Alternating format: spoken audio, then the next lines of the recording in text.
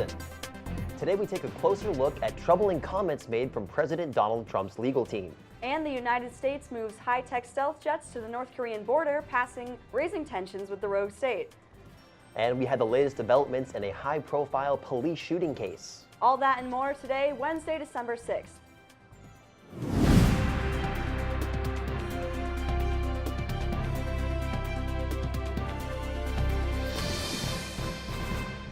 Good morning, I'm Ross Ketchke. And I'm Megan Cullinan. Today is our final Good Morning Emerson of the season. I know, and Megan, I see you're already rocking the holiday spirit, so we'll have Kate Nelson here to do the same. She'll be showing us how to make our very own Christmas ornaments. And Cassie will uncover Boston's Winter Wonderland, and we have two very special performances. That's right, we have a packed show for you today, so let's begin with this morning's top headlines. On Monday, President Donald Trump's lawyer told Axios magazine that the president cannot be guilty of obstruction of justice. Attorney John Dowd told the magazine that under Article 2 of the U.S. Constitution, the president is the highest-ranking law enforcement officer in the country and can legally express his opinions on any given case. These comments come just days after former National Security Advisor Michael Flynn pled guilty for lying to the FBI. Those close to the investigation say Flynn could be offering investigators incriminating information on those close to the president or even Mr. Trump himself. If Flynn testifies that the president knew about his illegal communications with Russian diplomats and then fired FBI Director James Comey to stop the investigation, that would normally be grounds for obstruction charges. However, Dowd's argument raises serious questions about the powers and the exemptions the president is entitled to under the federal law. Over the weekend, the United States military deployed new stealth jets to South Korea. Defense officials say the aircraft's presence is part of a large-scale military exercise in cooperation with South Korean and Japanese forces. Last week, North Korea's military tested its most powerful ICBM to date and claims it now has the ability to strike mainland U.S. targets with a nuclear weapon. That launch has been condemned by President Donald Trump and other international leaders. The rogue state has attempted more missile launches in 2017 than any other year in its history. State-run media in North Korea condemned the presence of American stealth jets in the South, claiming the move pushes the world closer to the brink of nuclear war. The defense in a high-profile police shooting in South Carolina says their defendant is not racist. Former North Charleston police officer Michael Slager pled guilty to shooting an unarmed black man in 2015. An infamous viral video captured the shooting that appears to show Slager shooting 50-year-old Walter Scott in the back as he runs away from the officer. His defense says DNA found on the officer's taser matching the victim is proof that Scott attacked the defendant before the shooting. Slager's attorney says the former officer has never shown any indication of being racist and has an upstanding record as a law enforcement officer. Prosecutors are asking the jury to consider a life sentence for the shooting. The Supreme Court is sending a contentious same-sex marriage case back to trial in Texas. In June, that state's Supreme Court overturned a lower court's decision to uphold married gay couples' rights to city employee benefits. The Texas court originally refused to hear the case, but changed its mind following pressure from dozens of conservative officials, including Lieutenant Governor Dan Patrick. He argued the case could limit the Pact of 2015's sweeping legalization of gay marriage nationwide. Civil rights groups say the Supreme Court has let an alarming decision by a lower court stand, even though it undercuts the rights of same-sex couples. Legal experts say the case is being sent down because the Supreme Court sees the Texas trial as not fully concluded and could retake that case at a later time. And now for our weekly weather forecast, let's head outside to our weather correspondent, Juliana Bruno. But until we get that, we'll be right back with more GME right after this. Welcome back. We hope you didn't miss us too much. We're here with the latest on entertainment and all the cool things happening around. So what do we have this week, Jose? All right, so today we're going to talk about rape allegations made against Melanie Martinez, a nanny who chased down a package thief, House of Cards season finale continuing on without Kevin Spacey, and Russia's ban from the 2018 Winter Olympics. Are we also going to talk about your hat? Because it's really fantastic. Thank you, thank you. I love it. I'm just trying to get in the holiday spirit. You know, you guys have your sweaters, I got my hat. All right, so singer Melanie Martinez, who starred on The Voice, was accused of rape by former close friend Timothy Heller. The incident occurred during a sleepover at Martinez's house, and Heller stated that she explicitly said no to Martinez's advances multiple times, but eventually allowing it to happen. Martinez refutes this accusation and claims that Heller never said no to what they chose to do together. What are your opinions on this? Do you believe that there's some sort of double standard in favor of women who are accused of sexual harassment? I just have a problem with the allowing it to happen whole thing, because if you read Timothy Heller's statement, I mean, to say no is not the only way to say no, and a lot of what she's saying is like clearly no. Exactly. And it's just crazy that someone as like held highly as Melanie Martinez could do something like this, and it's just like it's changed the way a lot of her fans as well as myself look at her. Yeah, and it's a lot of the whole like I think I know my idols because I listen to their music. She would never do something like this, but really like do we know them? No. Exactly. So, it's the holiday season, and that means that gift you ordered for your mom is finally coming in the mail. But what do you do if someone walked up right to your front door and stole that package? Well, Washington nanny Kate Anderson went out of her way to chase down a package thief and hold the culprit until authorities came. She says she has no regrets and would do it all again if she had the chance. What do you guys think? What would you do if you were in her shoes? I would absolutely chase I'm sprinting out of that package. Oh yeah, for sure.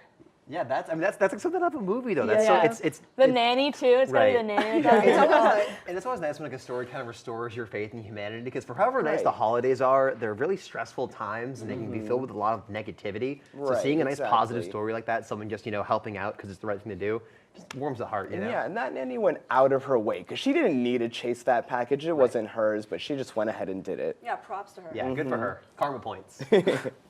All right, well, it's official. The final season of House of Cards will carry on, but without Kevin Spacey.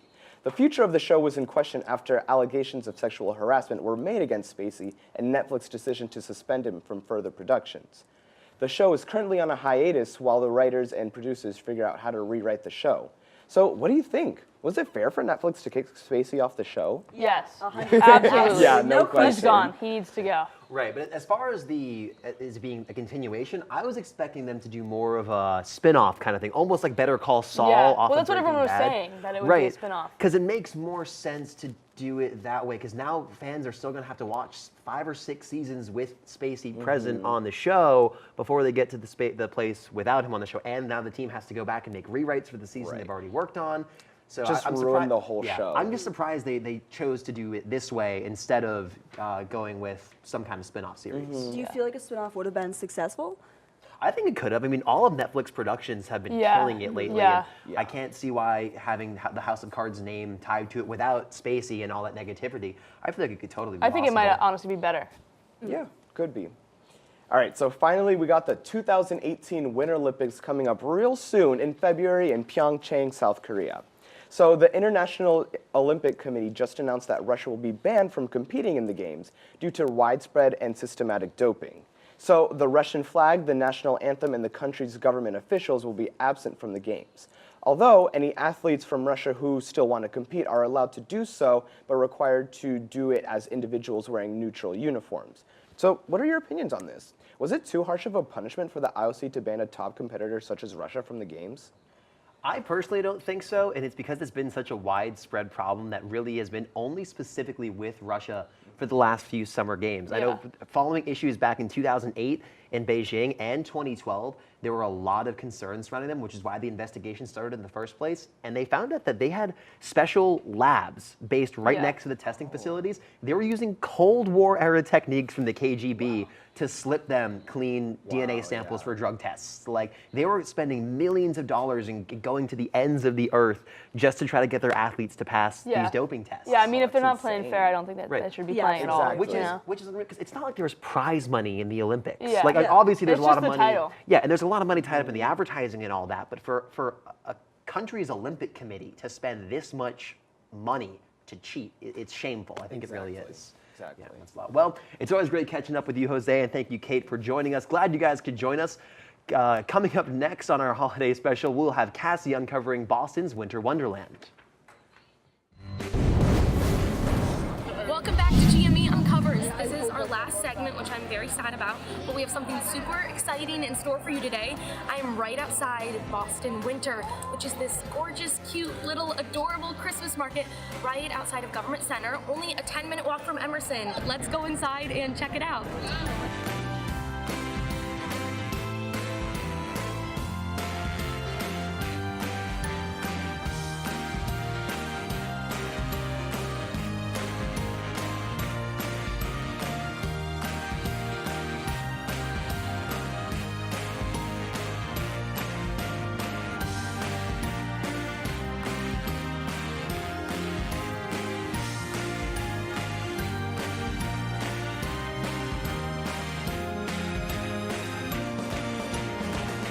Okay, we are now inside Little Shop of Cute, and they have all different kinds of things. So many different cool things. If you're looking for presents for your little siblings, this definitely is the place to come.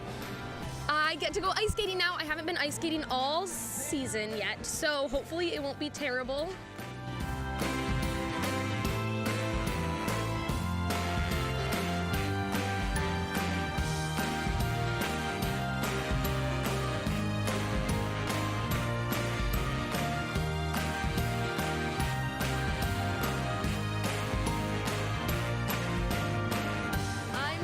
So much fun ice skating. Definitely come here and check this out.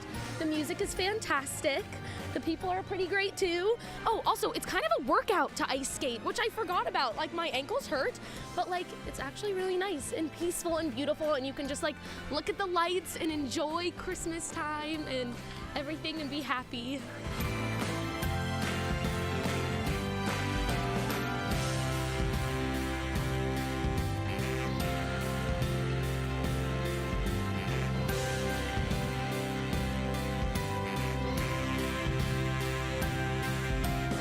Well, that's all for today on GME Uncovers. That was our last segment. I'm sad. I hope you're sad too. But I've had so much fun doing so many different wonderful, fun things with you guys. Definitely come here and check out the Christmas market. But stop at the very first booth right when you walk in. They'll give you a Boston Winter passport. And in this passport, you can get Santa's signature, you put your name in it, and you can get stamps from different stores. And then you give it to them at the very end, and they give you a prize. How cool is that? I'm gonna go collect my prize now, because I collected all my stamps. But definitely come and check this out. It's been a pleasure hosting this, and I'll catch you guys later.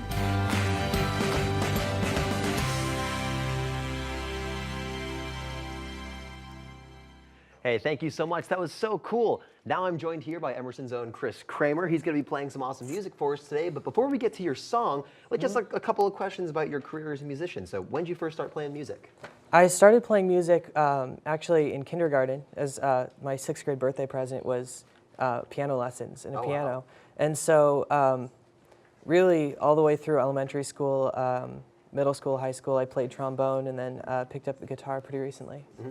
How recently did you pick up guitar? How long have you been playing for? Oh, I've been playing guitar since junior year of high school, and I taught myself. So. And I don't play piano myself, but I've been told by a lot of people that if you play piano, it's really easy to pick up like other, some stringed instruments, guitar included. Have you found that there's like some similarities in learning them and playing them? Definitely, because piano teaches you how to play with your hands independently, and that's really a big component to string instruments. And so I think that's probably where that relation is, yeah. So when did you start performing music? I know there's a big difference between, sitting at home or in a practice room with a teacher and actually getting in front of an audience. Really, I didn't start performing until college. And mostly it's just at, parties or if people are over, but it's really where I started. What's your favorite part about playing in front of people? Ooh, seeing their reactions. I think is very interesting because you can really tell right off the bat if someone likes what you're doing or if they really don't. Yeah. Cool. And so what kind of music do you typically play and write? Typically, I listen to a lot of older music, so I like playing like the Eagles, Billy Joel, music like that. And so my writing style is very similar to that in many ways. And how have you found the writing process to kind of grow since? I know a lot of people when they come to college, they have all these new experiences and there's new material to write about. Have you found that college has kind of been a new source of inspiration for you since coming here? Definitely, definitely. Before, I didn't really have much to write about, just high school, but college, there are a lot of new experiences. All right, great. Well, let's hear about some of those experiences right now. What are you going to be playing for us? I'm going to be playing Have Yourself a Merry Little Christmas. All right, very great for the holiday special. Yeah, holiday. All right, take it away. All right, thank you.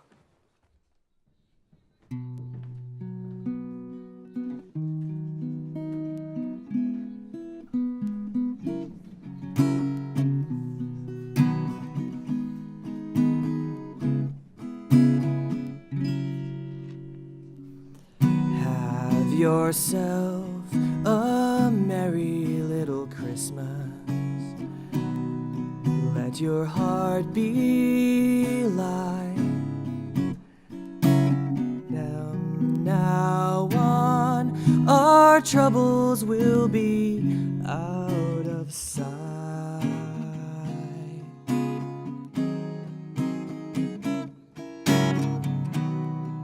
Have yourself a merry little Christmas. Make the Yuletide gay. From now on, our troubles will be miles away.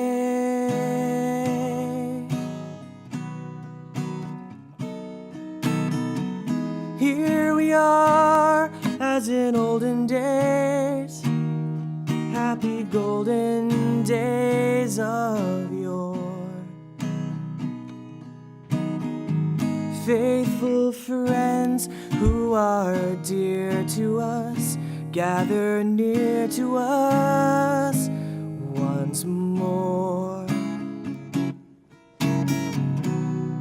Through the years we all will be together, if the fates allow. Hang a shining star upon the highest bough,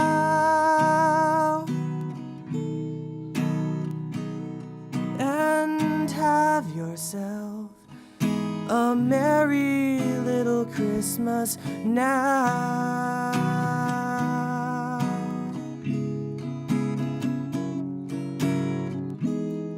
Here we are, as in olden days, happy golden days of yore.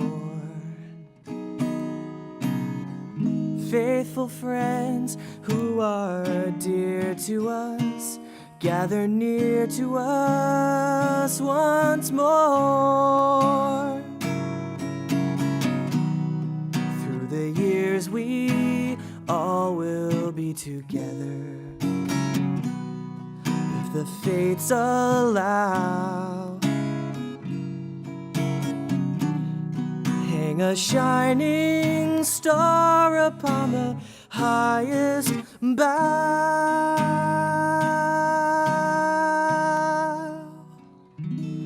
and have yourself a merry little Christmas now.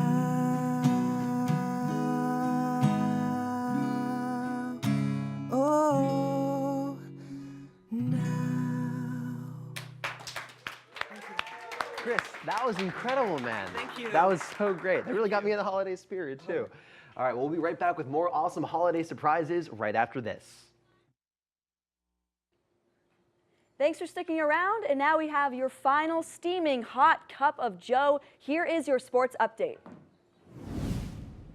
Thanks, guys. Lots happening in sports this week, including 2 major NFL suspensions. So in the third quarter of the Patriots' 28-3 win over the Bills Sunday afternoon, Pats tight end Rob Gronkowski body slammed Buffalo corner Tre'Davious White. Gronk received an unsportsmanlike conduct penalty and apologized after the game. He appealed his 1-game suspension, but it was denied by the NFL, and number 87 will not suit up next Sunday against Miami. Another big hit that rocked the NFL took place Monday night, as Juju Smith-Schuster laid a blindside block on infamous linebacker Vontaze Burfict. Juju then proceeded to stand over and taunt Burfict, who has a long history of inflicting dirty hits on other players. Smith-Schuster incurred 2 penalties on the play and also received a 1-game suspension. And Monday night, Giannis Antetokounmpo lit up the Garden once again, scoring 40. But Kyrie Irving dropped 32 for the C's, who outscored the Greek Freaks in the Bucks 60-34 in the paint. Boston won 110-100 and improved to an Eastern Conference leading 21-4 record. The C's play the Mavs tonight at 7:30. And the men's basketball team has started off red hot this year, as the Lions are 5-2 so far in non-conference play. As they ready for a tough new MAC schedule, the boys are on a quest to notch a spot in the playoffs this February. Yeah, we're really excited for this season. We got a lot of guys coming back. We only lost about 2 seniors from last year's team, so the expectations are pretty high. You know, we're looking to really compete really well in the new MAC and hopefully win a new MAC championship. Last season, Coach Bill Curley helped work his team through some serious growing pains, as their lack of veteran experience was evident throughout the year. You have no choice when you're thrown to the wolves like that, and you have to figure it all out, and that's the best way. You know, they're not learning by watching; they're learning by getting their tails whooped a little bit. But in 2017, senior captain John Geary is ready to roll as he's prepared to lead the Lions back to the NEWMAC playoffs. Jeff, I think it's really just about being vocal, having a vocal presence on the court, and then just always having a good work ethic. So it's, getting extra shots up and going to the weight room and doing stuff like that, just trying to set an example for the younger guys. Emerson has a multifaceted offensive attack this year, as their ability to shoot from the perimeter, paired with their big guns down on the block, will create havoc for opposing defenses day in and day out. They have a bad taste, and they want to taste something better this year. So they all worked really hard since last spring. I think that tremendous their effort that the captains grabbed these guys and say get in the weight room, and so they were in the weight room spring and summer and the fall, and I think it's the most our guys have ever worked out of season, and from talking to them. So we're excited to see if it pays off. But Coach Curley giving maximum effort every day is still the key to success for his Lions. These guys should feel pretty good if they bring it every day. So they're not going to sneak up on anybody. They're going to have some respect a little bit, I think. But they have to bring it, and they can't take a day off. They can't take a practice off, because we're not good enough just to flip the light and get the popcorn popping. We need to put our work in.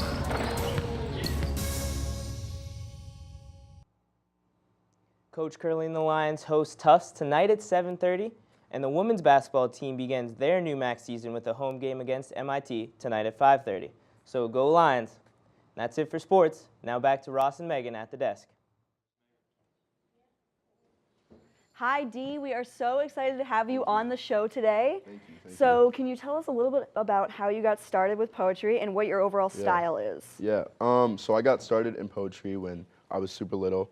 I used to write poems for my teachers when I was in like 2nd grade, totally brownie points. Cool. And then it kind of continued all through high school a little bit until I got to college and it really started to flourish. I'd say my style is pretty much conversational, or I really like to leave the audience with as much thought-provoking things as I can possibly imagine. So hopefully that's a lot. That's awesome. So you've just made it onto the Cupsy team, right? I have. Tell me a little bit about what that's like. Yeah. Shout out to the Copsy team. They're awesome. Yeah. I went to the qualifier, and Cupsy is just like a collegiate slam poetry contest. We travel in April the first week, and it's just the best mix of the best people bringing their best work and their best concepts to life. So that's fantastic. Yeah. So I've seen you perform a few times. Can you tell me if you're inspired by any poets in particular? I am. I've met a few awesome, amazing poets. You can find them on YouTube. Look up all their work. Total plugs. Tony McPherson, Stephen Willis. I saw Portia perform this past year. And really, I just take my inspiration from anyone and everyone I meet in any situation. That's very cool. Yeah. What's your writing style like? What's the process like to write a poem? I really it depends. If I have an idea come to me, I'll sit down and I'll just write for straight half an hour, whatever I can think. Or if there's a message I really want to convey, I'll take my time with it and make sure I can rework it and give it off as best as I possibly can. That's excellent. So. Can you tell me a little bit about what you're performing today? I will be performing a poem that I performed for the Cupsy competition. And it's just, like I said, one of those things to get people to think and hopefully kind of funny. Hopefully. That's cool. Yeah, we'll Where's see. your favorite areas to perform around campus? Because I know I've seen you at the cabaret, but where else can we see you perform? Center stage, EPP is there on Mondays. There's always a feature.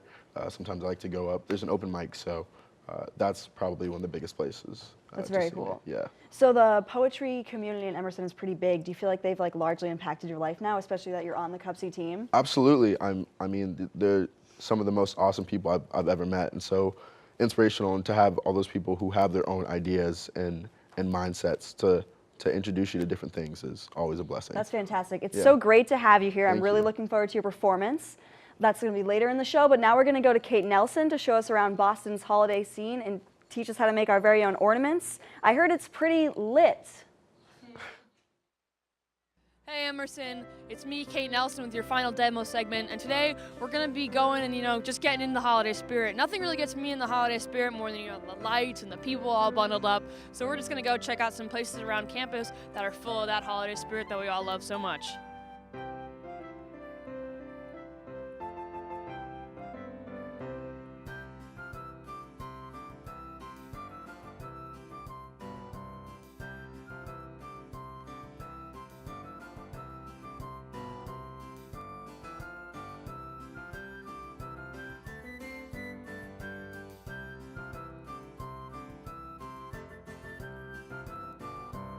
So as you can see, the Boston Common is full of holiday spirit here. The trees are all lit up.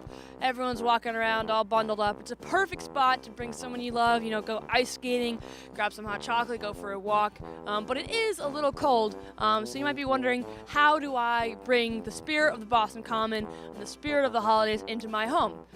Maybe you don't have the funds to go out and buy a ton of Christmas ornaments. So what I'm gonna do is I'm gonna teach all of you guys how to build your own Christmas ornaments. So I'll see you in studio where I'll teach you how to do that.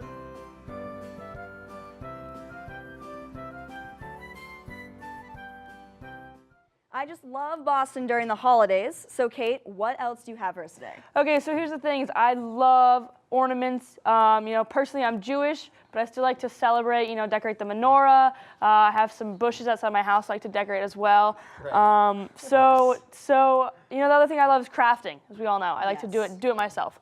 Demo correspondent. That's what I am. So here I have a bunch of these different ornaments that I've made. And they're really super simple and really, honestly, like a really good time to make.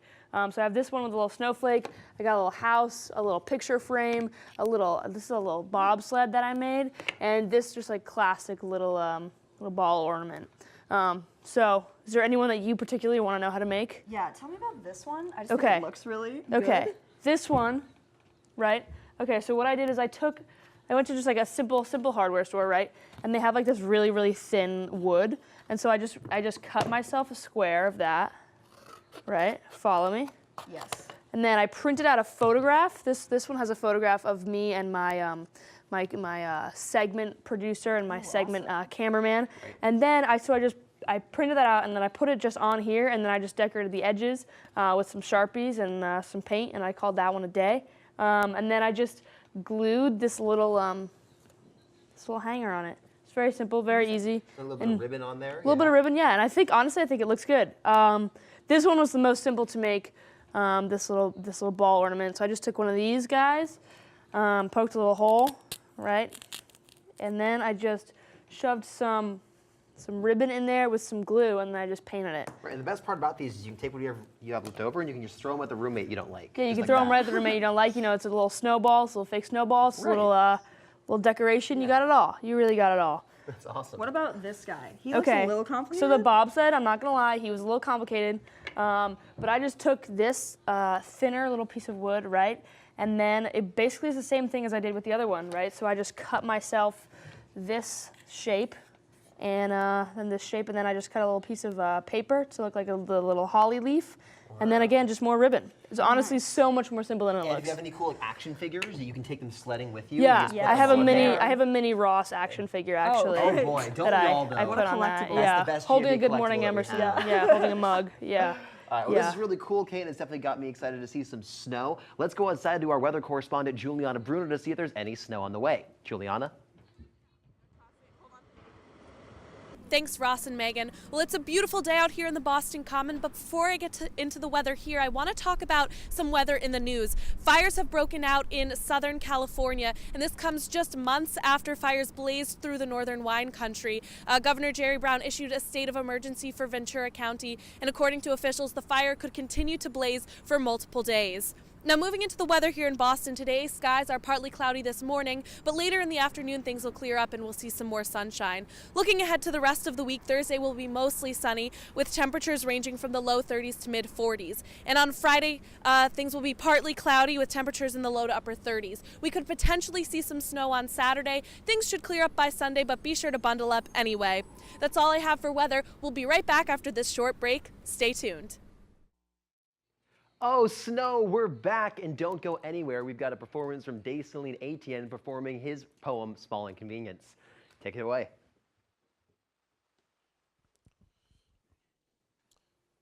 Inconvenience. Dictionary defined as trouble or difficulty caused to one's personal requirements or comfort. You want to know what's a major inconvenience?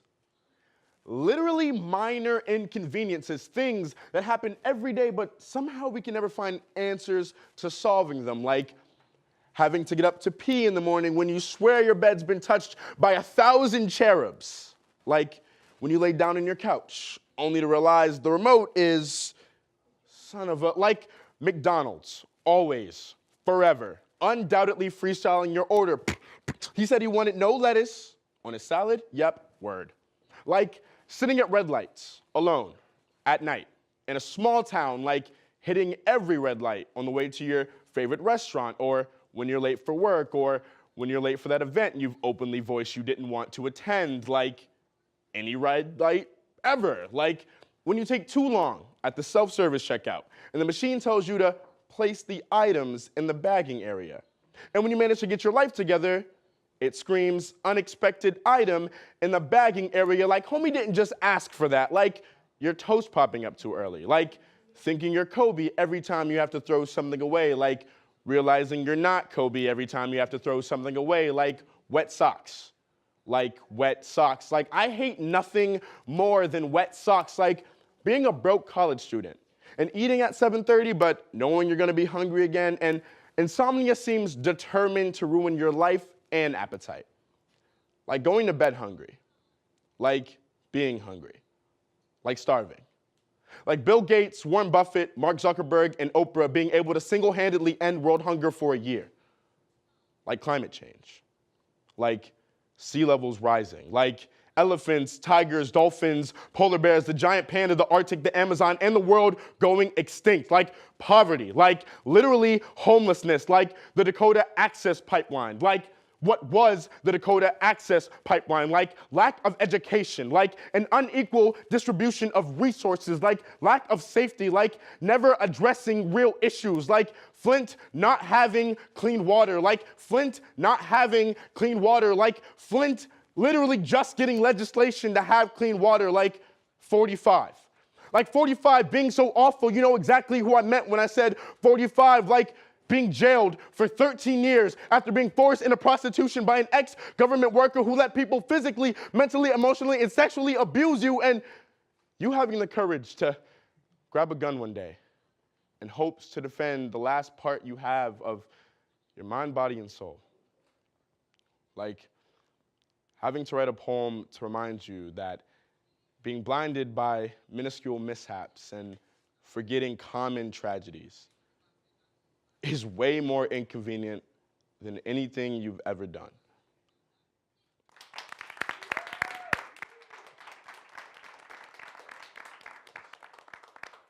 That was so beautiful. Thank you so much for sharing that with us. And we are so happy you could join us here for our last episode. And guys, this is it. This is over. There's so many memories. I don't know which one was my favorite. Joe, what was yours? Mine was just getting to be at the entertainment desk a few times, get to talk about the Kardashians. Talk some smack about ESPN. Exactly, not stuff I get to do every day, so that was a lot of fun. Well, how about you? Oh my God, my favorite was the Halloween episode where I got to wear the cat in a hat. Because like, you guys know I'm a fan of hats, you know, gotta love them. Well, clearly, you know, we got this going on here. Meg, what was yours?